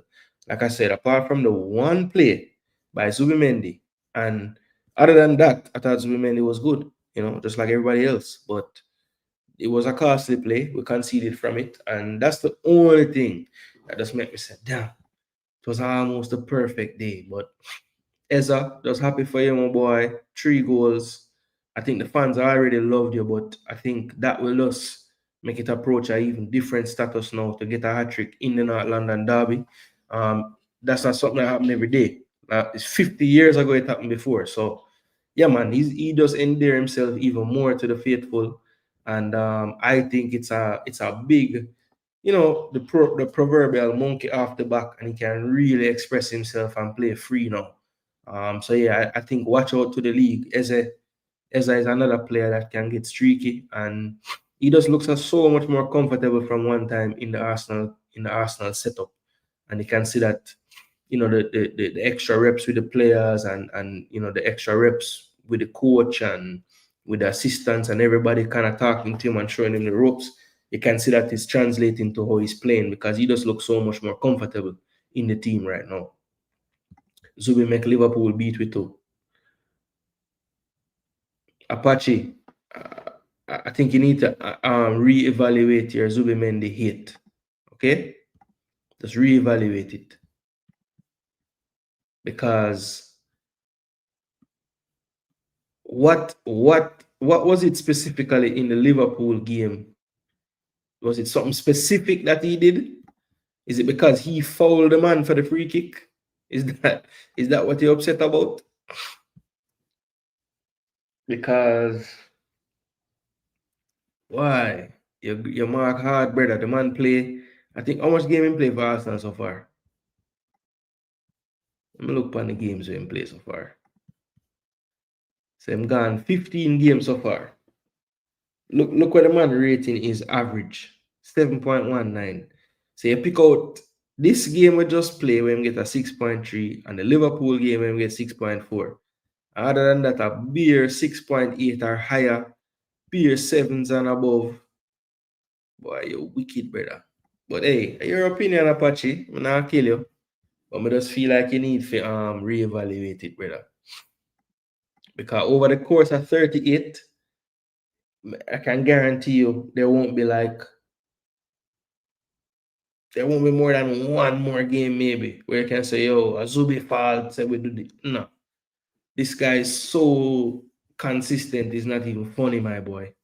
This guy just does his job most of the time. I mean, he had that one mistake, and I will say that like the thing that I see that I don't love about his game is that some of the time him can just let the play go. Like it's okay if you were on the wrong side. Like trust that you have a defense behind you, you know? But you don't have to pull down the man automatically because you get beaten. Other than that, though, I'm not seeing no fault with the man game, brother. Consistently good, you know? But as I say, Apache, your opinion, I'm not beat your feet. But just let you know why me think it wrong. That's all. But people, we're not talking about the Arsenal game no more. 4-1, brilliant game. I think the best game of the season for the Gunners. Don't know if you guys agree. And I'm looking forward, as I said earlier, to seeing what the poll results say. Which game they thought was the best of the week. All right, now this game didn't make the cut to win the poll this week, but this was one of my favorite games of the week because anytime Manchester United and their fans can have a little suffering, we are here for it.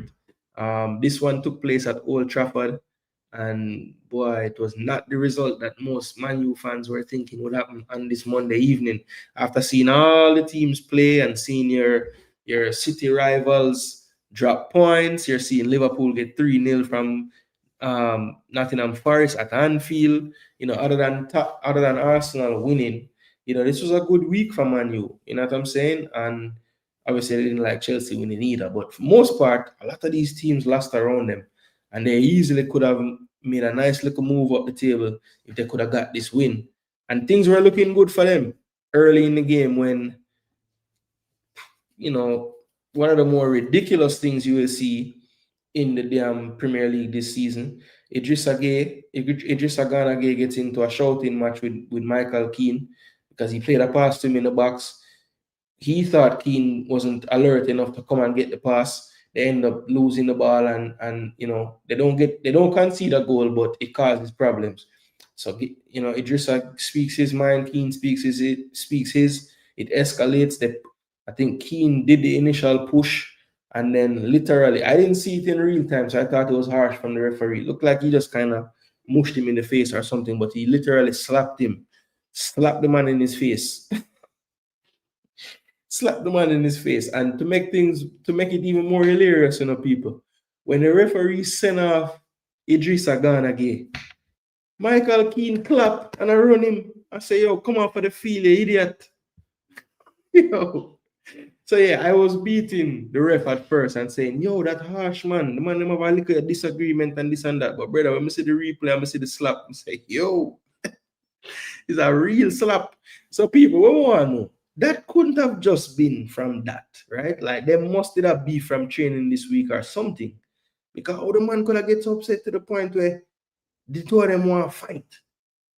Like, something must have gone in a training between them, brother. I tell you.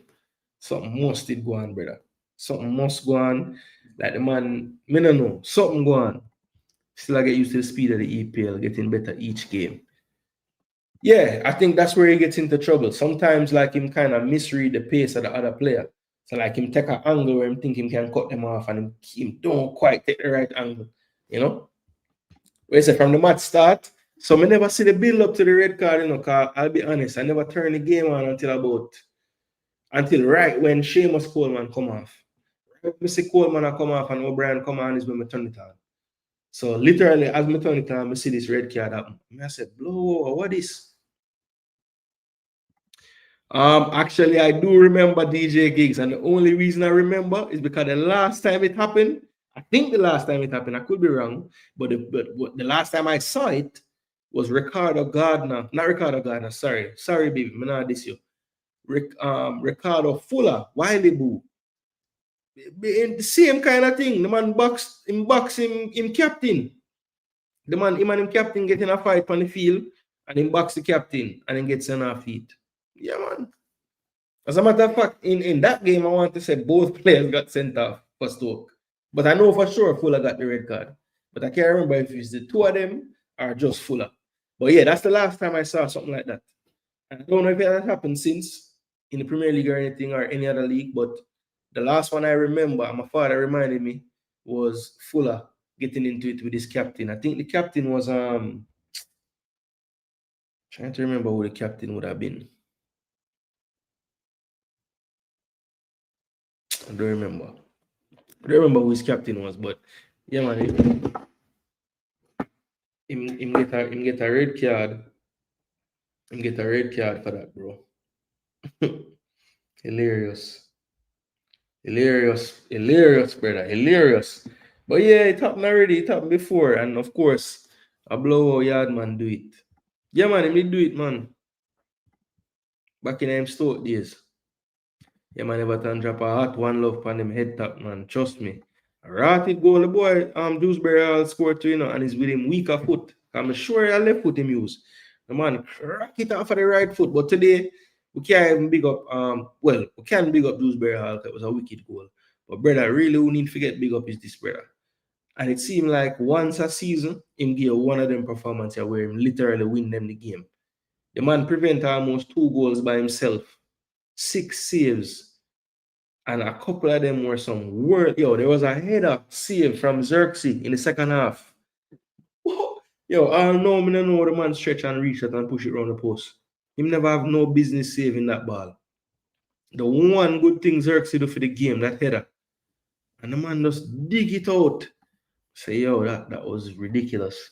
So yeah, Pickford, he deserve a lot of credit for this win. Trust me.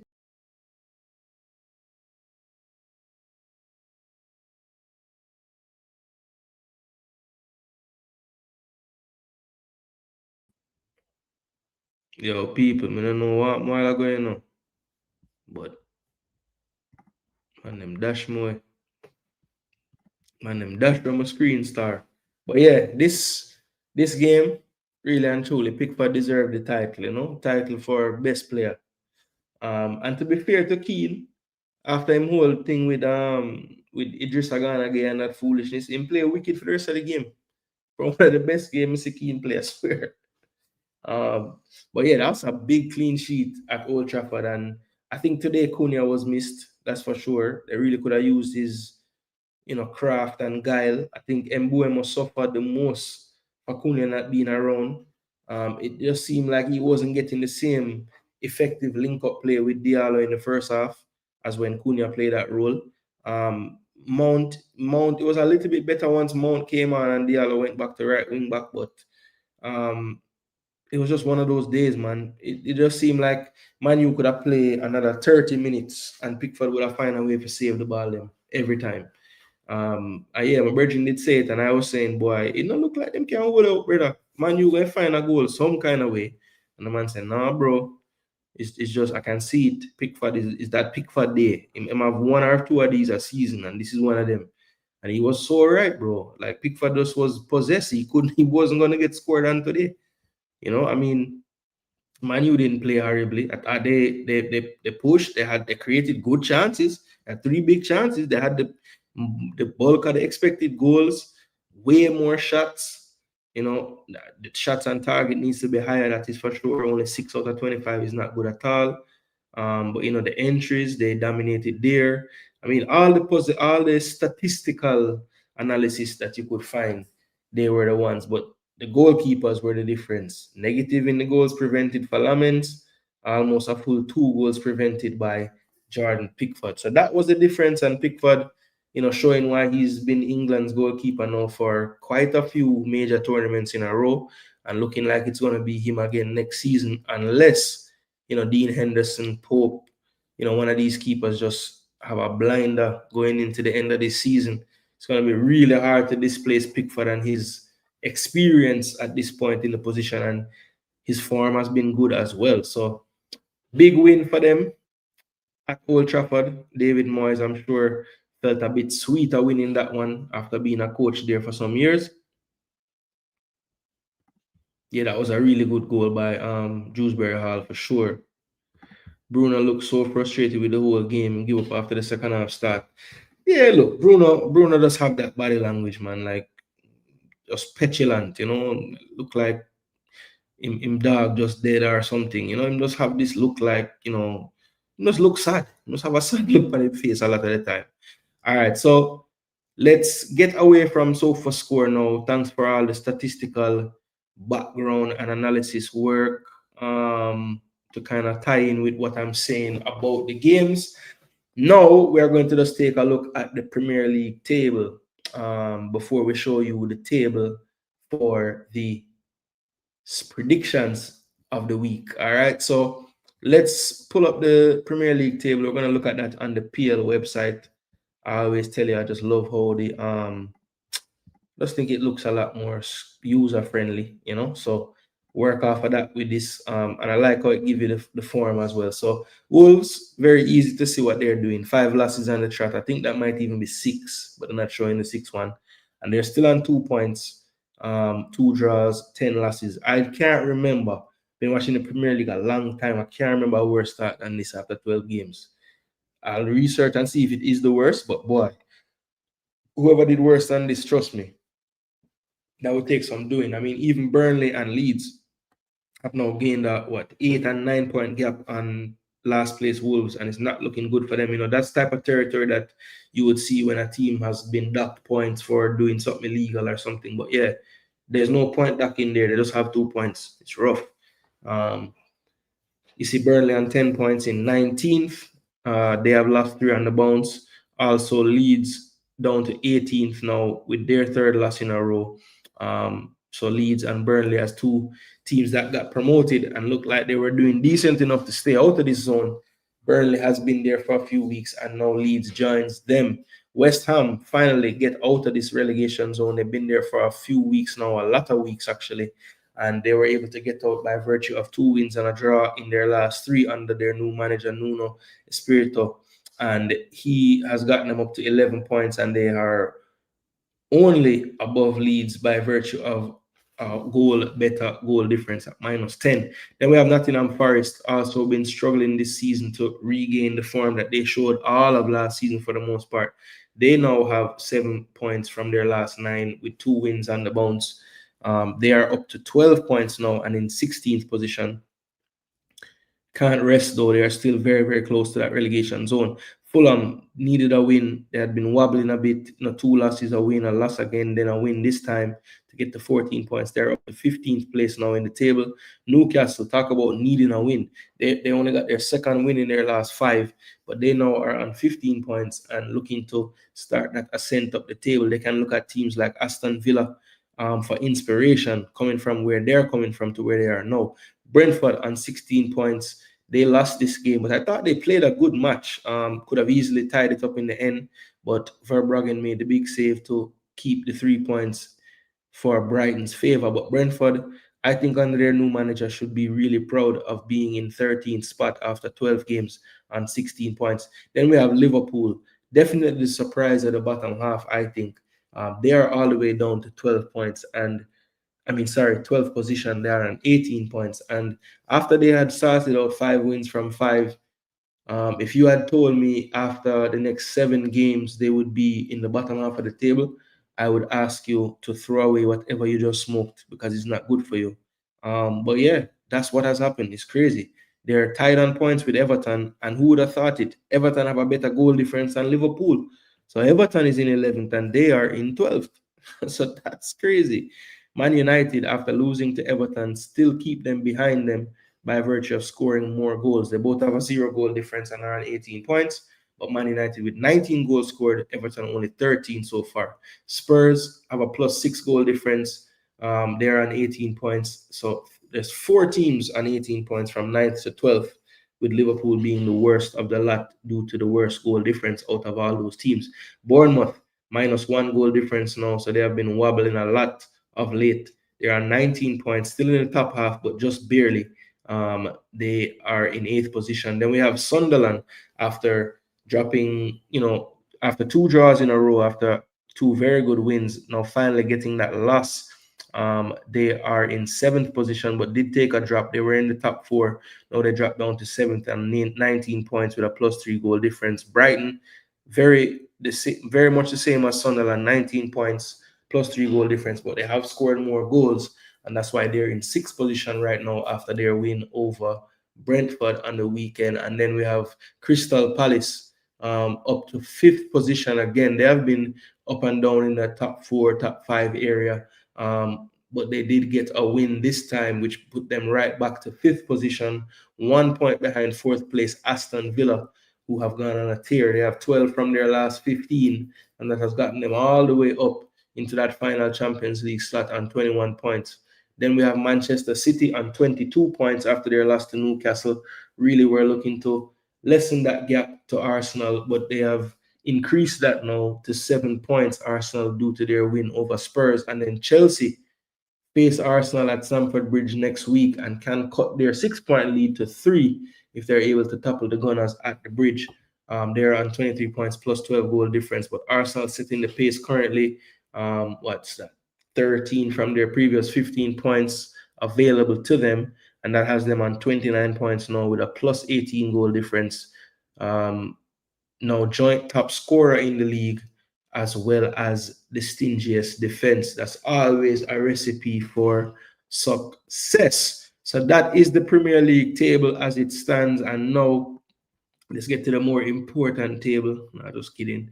Let's get to a table that is important as well. I won't say it's more important, but let's let you guys know how we did this week. So again, respect to all the people them that participated. See this madman Gunners boss now dropping predictions on the review show. Yo, don't worry, man. Don't rush it thing. Don't rush it thing. DJ Shatta Hennessy. Forward Friday. And drop your score predictions for all of the game them. And see if you can win the title or you will be the damn donkey again. Wolves not getting relegated every year. Every year, me think that, but this might be the damn year, to be honest, 2 very tough games, Bayern and Chelsea, that is true. All right, so I have everything loaded up, so let me find it. All right, so first and foremost, people, let us reveal the winners of the... Let's reveal the winners of the week, or the standings for the prediction table, and it goes a little something like this. So in first position, and if you're watching on the portrait mode, I'll just have to read it off to you because I don't think it will really show properly. But basically, Game Birds was tied for 4th with NDH 5 and 5, 2 games correct, or 2 games predicted perfectly. Jagarns was 3rd spot this week, 5 and 5 as well, but he had 3 games correct. Pristine finishing 2nd, just missing out on the title this week, 6 and 4 with 2 games correct. And of course, it only makes sense that Jason Gooner wins some of these weeks because I'm the damn expert, ain't I? So Jason Gooner this week, 6 and 4 with 4 correct games. I was able to get the Burnley Chelsea 2-0 game perfectly, the 2-1 Brighton win, the 2-0 Palace over Wolves, and the 2-1 Aston Villa over Leeds. And to be honest, this is the first game this is the first week that I've ever done this, that every single person that played got at least 1 game score correct perfectly. So yeah, I don't know what everyone was doing this week, but you guys keep it up. Very, very good. Yeah, so Jason Gooner, a round of applause. And yeah, that is how that one went this week for me. Now, moving right along, people, to the donkey of the week. And again, for those watching in the portrait mode, I don't know if it will show just right, but I will definitely be telling you who it is. And let's just see the drum roll, please.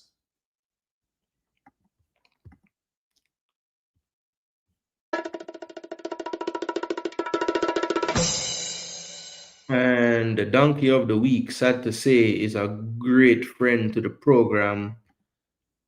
Hot chili. So sad to say it was you. You went 3 and 7, and so did Joseph Brown. But Joseph Brown got the tiebreaker because he had 3 games correct. Hot chili only had 2. So one of you had to beat, and I hate to say it, but it's you, Hot Chili, this week. And Chile, whenever Man City loses, it seems like you always have a chance to win this because you always pick City to win. So that's just one game that you lost there. But yeah, I just think you had some, you went for the Brighton Brentford draw, which could have easily been, but the penalty was saved. 1-1 Fulham Sunderland could have easily been that game as well. Most of us got the Liverpool game wrong, so no real qualms there. Most of us got the City game wrong as well. You did go for the Leeds over Aston Villa, which was kind of going for it there, and most of us got the Man U Everton game. I think all of us did except for Gamebird. So yeah, and I think another person went for Everton too. But yeah, so actually, sorry, my brethren, it never worked out for you this week, but you don't know. I know that you will be back to redeem yourself next week and the weeks after that as well. So big up yourself, same way, my G. It don't always have to end that way for you. Trust me.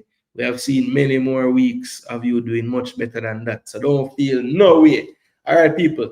The next thing I want to do before we get out of the building, because we're almost done with the show, is I did miss a week, so you guys didn't really see what was going on with my fantasy last week. And it's honestly been nothing to really write home about. So yeah, it's not good. And I had a disaster this week, people. I did the unthinkable for a fantasy player. I literally did not set up my damn team. I knew I had the deadline the night before. I did the preview show, and my plan was always after the show to just finish up my lineup. And I don't know, man. I was so tired on Friday night that when the show was over, I don't think I was up for 20 more minutes after that. I just went to bed. I just never woke up in time to do it. So, yeah, this is somehow I got 37 points. I don't know how. I think because I had Munoz in my team, maybe that was the saving grace. But I mean, first of all, I wouldn't have had Gabriel in my team anymore. That's so much money just wasted. I know he's out.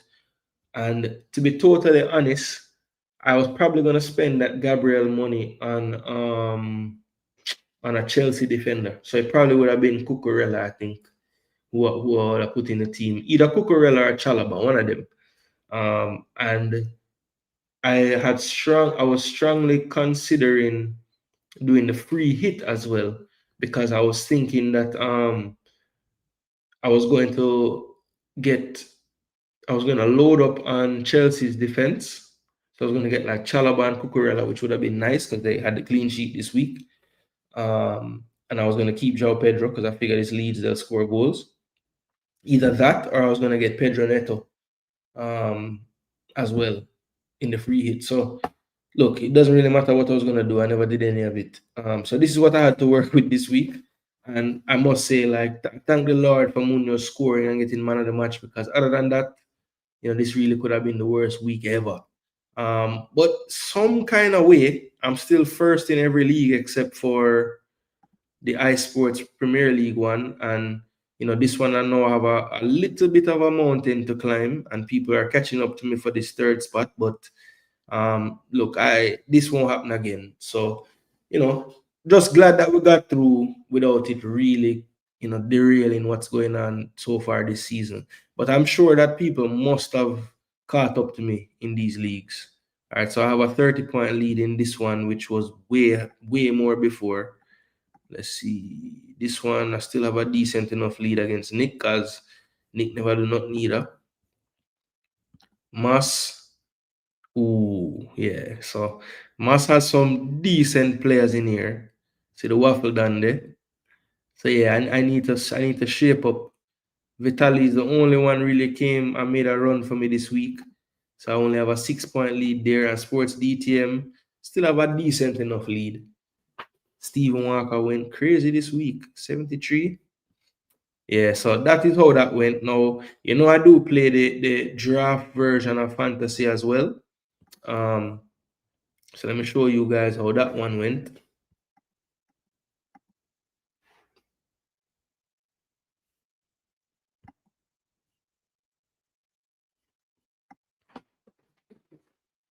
All right, so here we have it. And of course, I lost this game, and I'm so tired of this one. This is Masses League.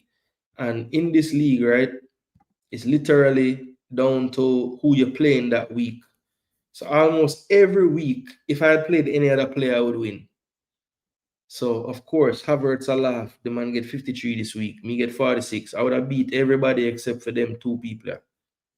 And, of course, why I couldn't play one of them people this week, So, I knew I was messed up, though, because I know he he had NDI and Tarkowski left, and of course they kept the clean sheet. So that effed away my chances right there.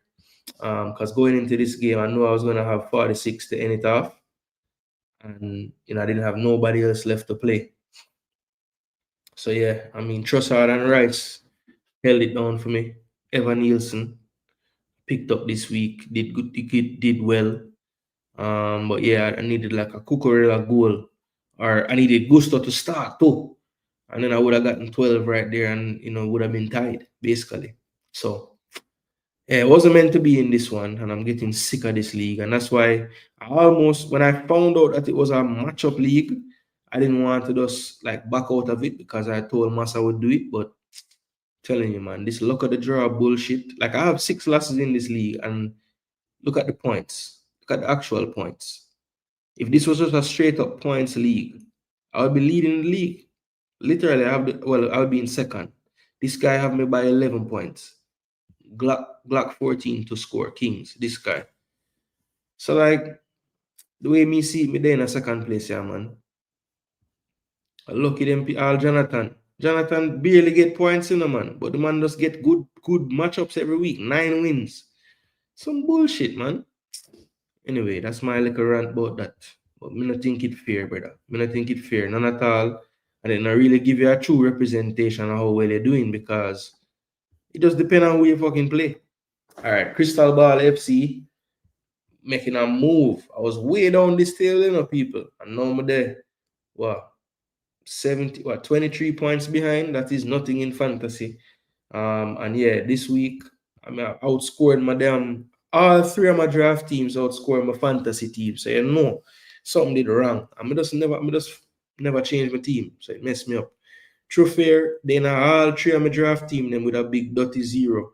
But you see the midfield points: Enzo, Rogers, Minte, Marino, Sarr. Everybody get at least an extra point. And I had good defense as well. Richards and Timber with the clean sheet. Well, actually, Timber with the assist, no clean sheet. Zubimendi never lose the ball. Timber get whole heap more again. But 62 points, can't be vexed with that. I think that was the highest points of this week. Yeah, 62. And then we have Yakins. In this league, I got 51. Not doing so great in this one, but I was way down in 7-6 about 2-3 weeks ago. So I take my time move up the table there as well. But this brother here, Craig, man, FC United, big up anywhere there. This man going crazy so far in this, but him soon buck him too. I tell you that. Petrovic, should I start Roos over him? This one, could I get more points? Shirky, Evan Nielsen sitting on my bench. Don't know why I went with the double defenders for City in the Newcastle game. Like, when I saw that I started this team, I'm thinking, what the heck was I thinking? Why wouldn't I go with the attackers in this sense, knowing that them going St. James Park? So I don't know what I was thinking there. That's a bad choice. But Rogers again, Munoz in this one as well. So that gave me the bulk of my points. And yeah, decent showing in the draft leagues. But the fantasy, not so good, people. Not so good. But yeah, that's about it, people. Great show as usual. Thanks so much for you all that turned up and stuck around and did their thing. Jagger and Sam get 50 points. Yeah, well, you beat me this week, but just know say me never even set my team. So you can't really take the winnings from me this week. I just me is an idiot. I forgot to rewatch this video. Yeah, man, watch it back, man. Watch it back. No, I never do no Champions League prediction because I'm gonna be honest. You see this week, tomorrow I'm gonna go busy, so I'm not go there. Wednesday, the day before Thanksgiving, I have a whole heap of things to do. We get set up for that. I never even tell the people them, but I get in an accident about 2 weeks ago, and it was barely any damage like visibly to the car, but the impact mess up some of my motor stuff and some things underneath the the guts of the car, and basically them say the damage and to fix the damage outweigh the value of the car. And I've had that car now about 10 years, so it probably was time for a new vehicle, but it just accelerated. Now I have to get a new vehicle. So I try to sort all of that out Wednesday because I know Thursday or Thanksgiving, I can't do it then. And then Friday, I have to work again. And then weekend, busy again with football and this and that and the third. So I really just not gonna have no time besides Wednesday, which kind of cut in on my Champions League time when I normally do because trust me, if me never have them things that go on Wednesday and know me I live stream the damn Bayern match, but it does not go work. So we never really made fair enough score prediction and then can't forward and actually do the game them. That's why I'm never really getting it today, to be honest. But yeah, man, you never miss nothing, Skull. You never miss nothing as far as predictions go. I just know I'm not gonna have the time for really focusing on the European this week, so I just love it alone, you know. But Skull said Barca 2-1 and Arsenal 2-1. All right. Fair enough, fair enough, fair enough. Why? My team now go down in a prediction, brother. I just want to see the game them. Friday, we will return EPL preview show, and we definitely will have a segment in there where we talk about the Champions League and other Europe results as well. But yeah, big up on yourselves, people. Thanks so much for tuning in. I am Jason Gooner. This is Jason Gooner TV. And come on, you Gooners.